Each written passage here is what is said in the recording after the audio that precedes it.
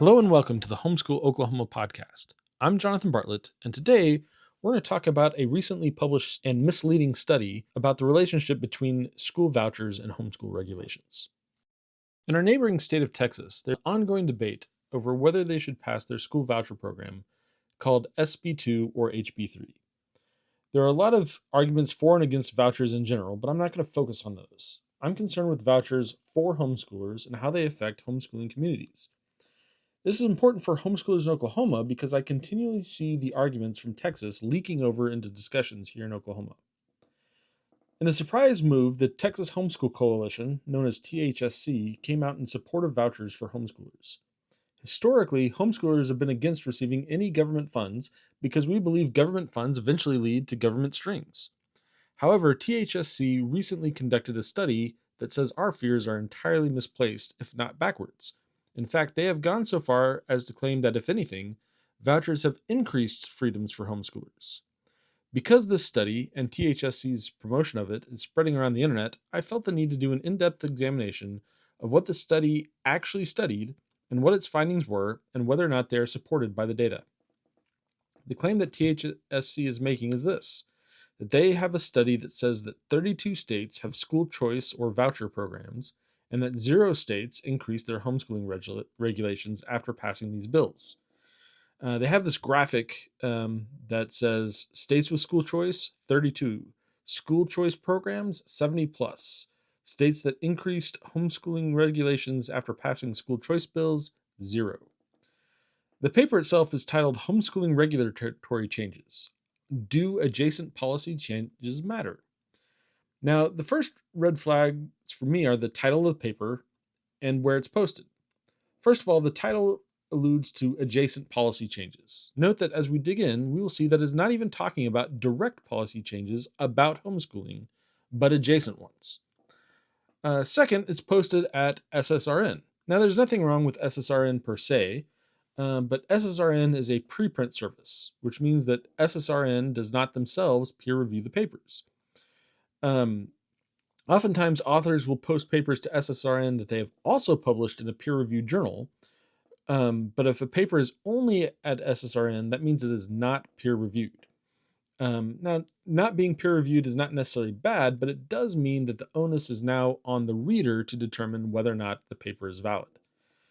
Now, the primary author of this paper has indeed published many peer-reviewed papers, but this is not one of them. So again, this doesn't make it wrong, but it might mean that academic journals agree with us that there just isn't much of substance that the paper is saying. So let's go into the details. First of all, let's look at what the authors are specifically analyzing.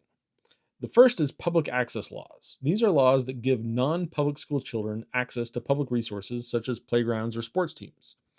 I didn't really analyze these because they frankly aren't relevant to a discussion of whether or not receiving money from the government will impact homeschooling freedom. The question of the effects of whether or not a homeschool student can play in an already constructed public playground is completely different than the effects of homeschool students receiving money.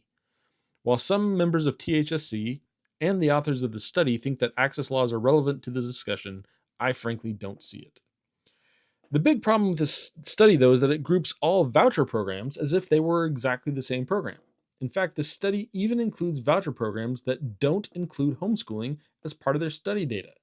From the paper itself, it says, in this study, we count the total number of programs by year and then similarly group them every 5 years as described in the access section. This measure includes all programs, whether they benefit homeschool students or not. So when THSC claims that 32 states have voucher programs and this doesn't impact homeschooling freedoms, they are including in that number voucher programs that have absolutely nothing to do with homeschooling. The next big issue with the paper is that it is extremely limited in what it counts as a homeschool regulation. The paper literally only counted 3 things for its metrics regarding homeschool regulation. The first is notice of intent. The second is testing requirements, and the third are parental qualifications. Additionally, these metrics were simply marked as present, not present, with no attempt to quantify the degree. They did not include any other aspect as being part of homeschooling regulation. They did not consider, for instance, restrictions on curriculum as part of homeschooling regulation. They did not consider background checks as part of homeschooling regulation. They did not consider vaccine mandates as part of homeschool regulation. Additionally, they only considered specific laws. They did not consider other types of regulations, such as regulations or policies that were issued as part of an educational authority, DHS or CPS, only things that involved explicit changes in law. According to the study, we also only count changes to laws. So finally, they didn't count requirements to participating in the voucher program. So the fact is, homeschoolers don't normally educate in isolation. There's normally a community of people that homeschoolers interact with, which include co-ops, nature study groups, homeschool athletic associations, and so on and so forth. So if vouchers come loaded with requirements, those requirements actually affect the whole community, including those who don't take the vouchers. So if a member of my co-op requires a background check for every adult involved in their education because of their voucher program, that involves me, even though I never took a voucher. If a co-op curriculum has to be aligned with state requirements, that involves me, even though I never took a voucher. So it's strange that these are not considered to be additional regulations on homeschooling, despite the fact that they regulate how many homeschoolers operate their homeschool. So in short, the only way that the study can make the claims that it does is by completely ignoring a large part of what most people consider homeschooling regulations. The study's main results is in the chart labeled Homeschooling Regulations Changes Over Time. The graph is largely unlabeled, but once you realize what the graph refers to, it becomes obvious that the graph is meaningless. So in the graph, so basically the x-axis is the year, and then it's got several different y-axes, one of which for the number of school choice programs available. And this goes over 50 because a state can have more than one voucher program. And then the other lines are notice of intent, testing requirements, and parental qualification. However, their y-axis is merely a count of the number of states that have a requirement. So this counts all states, whether or not they have a school choice program or not. So what the graph is showing is that the total number of states with these requirements are going down, as the total number of states with these school choice programs are going up, whether or not this is even happening in the same state. In other words, if state A adds a voucher program, whether or not it includes homeschoolers, while state B fights to decrease regulations while not having a voucher program, then this graph will show that A's voucher program is causing B's regulations to decrease. And that's the type of inference they're kind of suggesting that we draw from this graph. So this kind of leads to me to see why they didn't get this paper peer reviewed, because this graph is literally meaningless. So I also want to make a note that there's a big difference. The study includes both limited and universal voucher programs. There's a big difference between the two. There's a big difference in policy effects between whether you have a limited, targeted voucher program and a widespread, quote unquote, universal voucher program on how that affects public policy. So most people recognize that special needs kids have, special needs and may need more flexibility with their funds. So many of the voucher programs that, according to the study, don't impact homeschooling freedom are this way because the affected population is limited and they don't have a lot of other options. The Florida voucher program is often touted as one that helps homeschoolers without impacting homeschooling freedom, but is mostly just for special needs students. In other words, what the program is doing is that having the voucher program is solving a problem for the state. The state has a group of students that they don't feel like they can effectively educate, and so they simply say, okay, well, rather than solve this problem ourselves, we're just going to give the money away.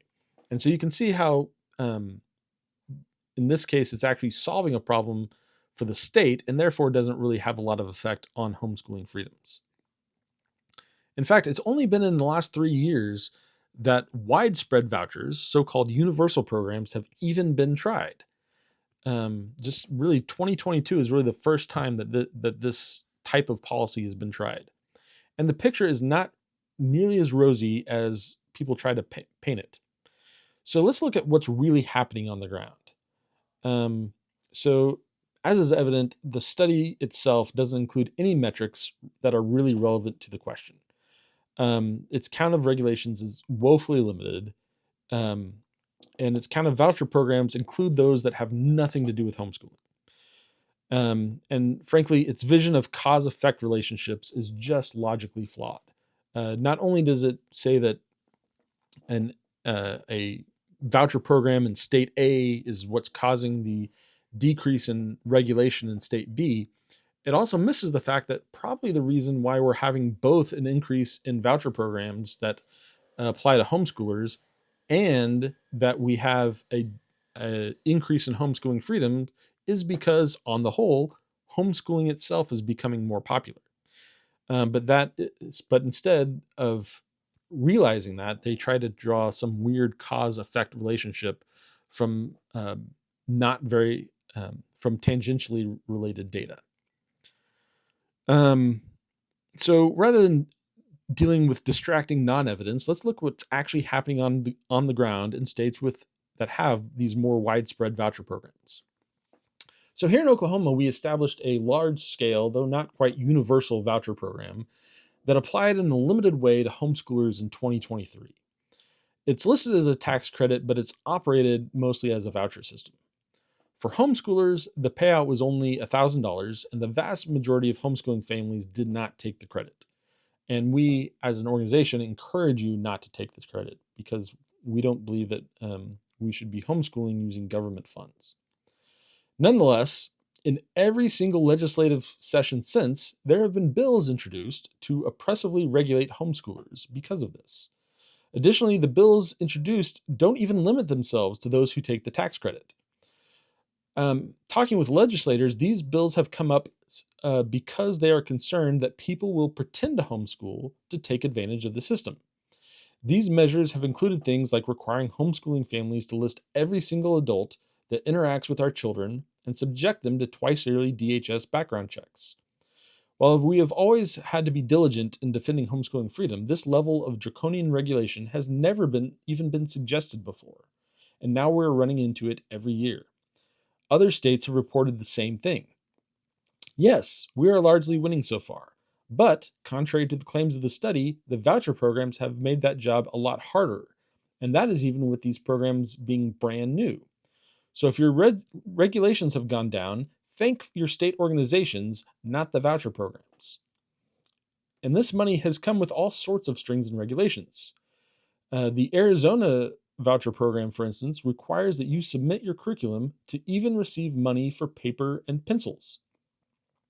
Additionally, the governor of that state, Katie Hobbs, is trying to force students to go to public school first before being able to receive the voucher. And Arizona's voucher system has only been in place for 3 years and is considered the model for these sorts of systems.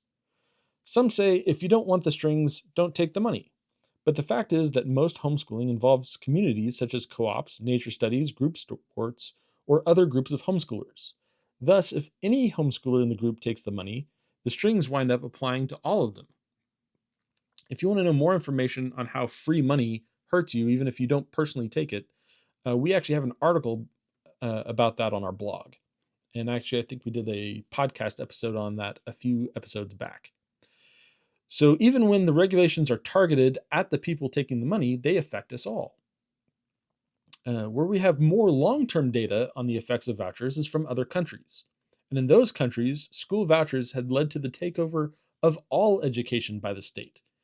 For instance, in Sweden, which has long been an icon of school choice advocates, they've recently used their position as school funder to start cracking down on religious schools, forcing them to educate in a secular manner and segregate educational activities from religious ones. School choice in Sweden may have started as a good idea, but today it just means that the state runs private education just as much as it does public education. In the United States, it is only in the last 3 years that widespread voucher programs have even been tried, and they are already inviting heavy restrictions on homeschooling. It is technically true that these regulations could appear even if homeschoolers don't get money. However, in the words of Homeschool Legal Defense Association, on principle, homeschooling has succeeded in a movement in part by being different. Unlike typical constituencies asking for our piece of the public money pie, we have simply asked the federal government to leave us alone. This has fostered one of the most dynamic social movements of our lifetime. So, it isn't our contention that problems and regulations will necessarily arise immediately. Your state organizations are actively fighting against it. But taking money dramatically changes the dynamic of the relationship between homeschoolers and the state in the mind of both the public and legislators. Please listen to HSLDA and other leaders that have fought hard to ensure that homeschoolers have freedom in the United States. This wasn't always the case, and the people who had the talks with the legislators, who argued the cases in court, and convinced the public that we are offering something worthwhile, are the ones who are telling you that including homeschoolers in these voucher bills is a bad idea.